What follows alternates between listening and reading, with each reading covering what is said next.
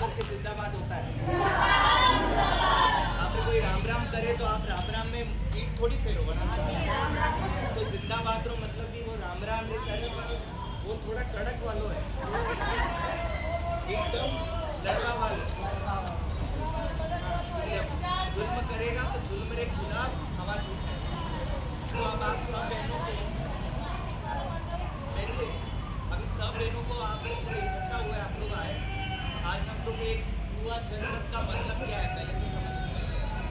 ऐसे देश के लोग जो युवा है, युवा का मतलब खाली उम्र से युवा नहीं होता है। कोई बोलेगा हमारे तो सफ़ेद बाल है, मैं बुरी हो गई, अब मैं भी युवा ही नहीं है। युवा वो है जिनके दिल के अंदर कई काम करवा रहे गुजरवानी क्षमता है। समझ में आ रहा है क्या आपको? आपने दिल रे महीने कई काम करवा रही लगन है, ताकत है, वो युवा है। सफ़ेद बाल बेवाऊँ, बूढ़ा बेवाऊँ, वो कोई नहीं कहे कि यही युवा है। युवा वो होता है जिसके दिल के अंदर लगन और मेहनत है कि मुझे बदलाव के लिए काम करना है, वो युवा है। तो मैं ये मान रहा हूँ कि यहाँ जितने साथी बैठी हैं महिलाएं, सारी युवा है। क्या है? और युवा है तो आपको 2 बार जिंदाबाद बोलना, हाथ खड़ा करके, दोनों हाथ खड़ा करके। महिला युवा एकता जिंदाबाद जिंदाबाद जिंदाबाद। मैं खत्म करूंगा, फिर आप जिंदाबाद 2 बार वापस दोगे। एक बार आपको तो आप 2 बार। महिला एकता जिंदाबाद जिंदाबाद जिंदाबाद। युवा एकता जिंदाबाद जिंदाबाद जिंदाबाद। राजस्थान की ताकत जिंदाबाद जिंदाबाद जिंदाबाद। घरेलू कामगार की ताकत जिंदाबाद जिंदाबाद। अभी आप सब लोग इधर बैठे हैं, हमको पता है कि आपको वापस काम पे भी जाना है। काम से अगर आ गए हैं तो घर पे भी जाके दिन का काम करके शाम को वापस इधर ज़्यादा नहीं, 5 मिनट में अपनी बात खत्म करूँगा। उधर तो बहुत दिल्ली में समय लिया, पर इधर थोड़ी देर बात करें समय, ठीक है? तो अभी अपने को करना है कि सबसे पहले हम राजस्थान की सारी महिलाएं जो झाड़ू पोछा बर्तन साफ सफाई किसी बंगले में, कोठी में, घर में, बिल्डिंग में काम करने जा रही हैं, हम सब महिलाओं को इज्जत बख्शिश होनी चाहिए। हम सब औरतों की इज्जत होनी चाहिए, सम्मान होना चाहिए। सम्मान कैसे होना चाहिए? जब किसी भी ऑफिस में, कार्यालय में, सरकारी ऑफिस में, हॉस्पिटल में जाते हैं तो डॉक्टर, इंजीनियर, मास्टर, बड़ा बड़ा उधर आदमी हमको मिलते हैं, हम उनके सामने ऐसे करते कि नहीं करते? हाथ जोड़ते। तो हम लोगों को इतनी एकता बनानी है, इतनी एकता बनानी है कि अगर हम किसी के घर के अंदर जाए तो एक बार तो घर के अंदर रहने वाला हमारा जो जिसको अपन मालिक बोलते हैं वो भी बोले अच्छा प्रेम भाई जी आया पधारो साहब। ये ताकत आपके अंदर होगी।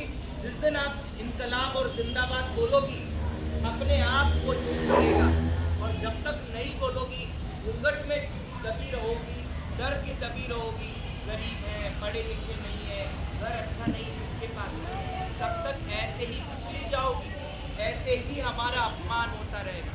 सबसे पहले जो व्यक्ति गुलामी की रोटी खाता है उसका तो जिंदा होना ही बेकार है। गुलामी के खिलाफ आवाज उठाना है। गुलामी का एक अक्षर, एक पल, एक क्षण बर्दाश्त नहीं करना है। जब तक आदमी बोलता नहीं है तब तक वो गुलामी के कुएं में मेंढक की तरह डूबता ही रहता है। पर जिस दिन अगर वो आवाज उठाता है गुलामी की बेड़ियां यूं खड़ाखड़ टूट के गिरती है। एक गुलाम को गुलामी का एहसास कराना पड़ता है कि तू गुलाम है। जिस दिन उसको पता लगता है कि यहाँ पर ये गुलाम है की बात हो रही है तो क्या होता है? वो लड़ने के लिए खड़ा होता है, उसको जोश आता है, उसको ताकत आता है। आती कि नहीं आती है? आती है। तो ऐसे ही हम लोग सब लोग आज इधर इकट्ठा हुए हैं कि इस पूरे देश के अंदर गुलामी हो रही है। हाँ, वो गुलामी कैसे हो रही है उसके बारे में हम लोग इधर बात करें। लेकिन पीछे बात करोगे तो मैं बात मैडम आज उठाने की बात कर रहे हैं। ये कौन सी गुलामी है जिसके खिलाफ हमको आवाज उठाना है। अरे आवाज उठाओगे तो मालिक नौकरी से निकाल देगा, खाओगे क्या, परिवार घर कैसे चलाओगे, बच्चे कैसे पालोगे। मियाँ जी काम पे जाते, उनकी तनख्वाह इतनी नहीं है, उसकी वजह से हम लोग सब बाहर निकले। कौन नहीं चाहता आराम से रहना, पर हम सब लोग मजबूरी में काम कर रहे कि नहीं कर रहे।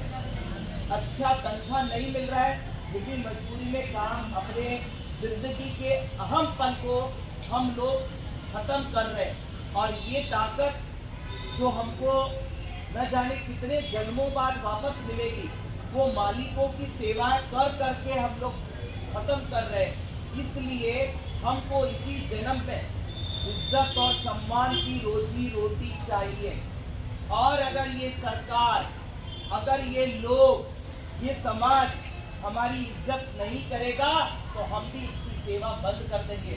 देखते हैं कि अपनी रोटियां कैसे सेकते हैं। बहुत मुश्किल है।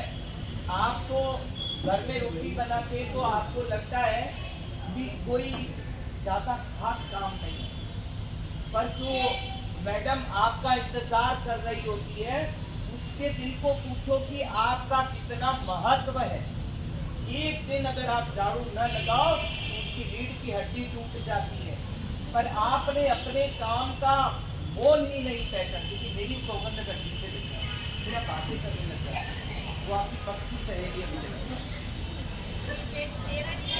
देरानी जेठानी लड़की तो नहीं है, लड़की तो नहीं है आपस में। बड़ा अच्छा प्यार है, पर बहुत अच्छा है, ऐसा ही प्यार होना। जोरदार तालियां बजाओ।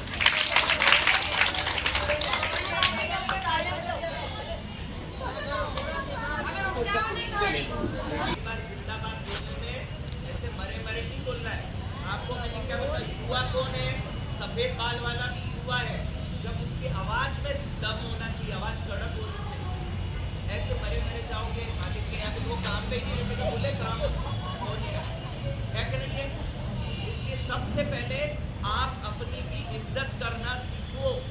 आप अपने काम की इज्जत, अपने काम के बोल और अपने काम की कीमत को आंको कि मेरे काम करने की जो कीमत है वो इतनी सस्ती नहीं है।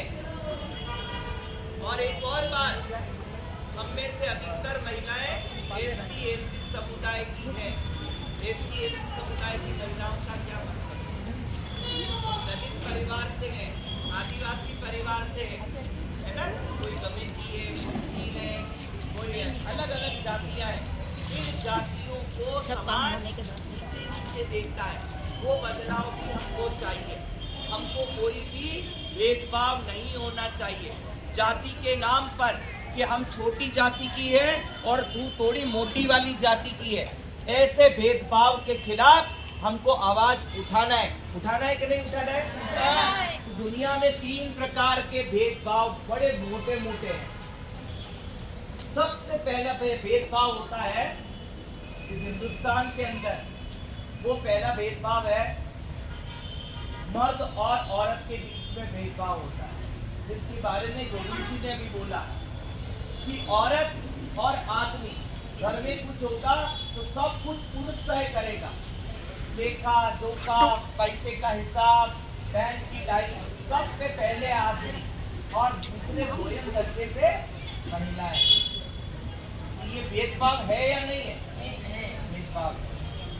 जितनी जितनी संस्कार और पुरानी प्रथाएं हैं उनको ढोना है। औरत ढोती है, पुरुष कभी भी उसको नहीं ढोके चलता है।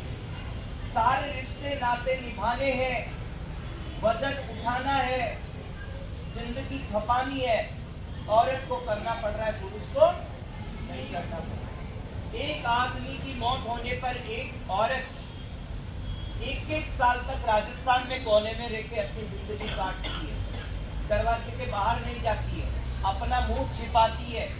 पर मर्द को 12 दिन भी अगर जाजम पर बैठ जाए तो भली मत समझो।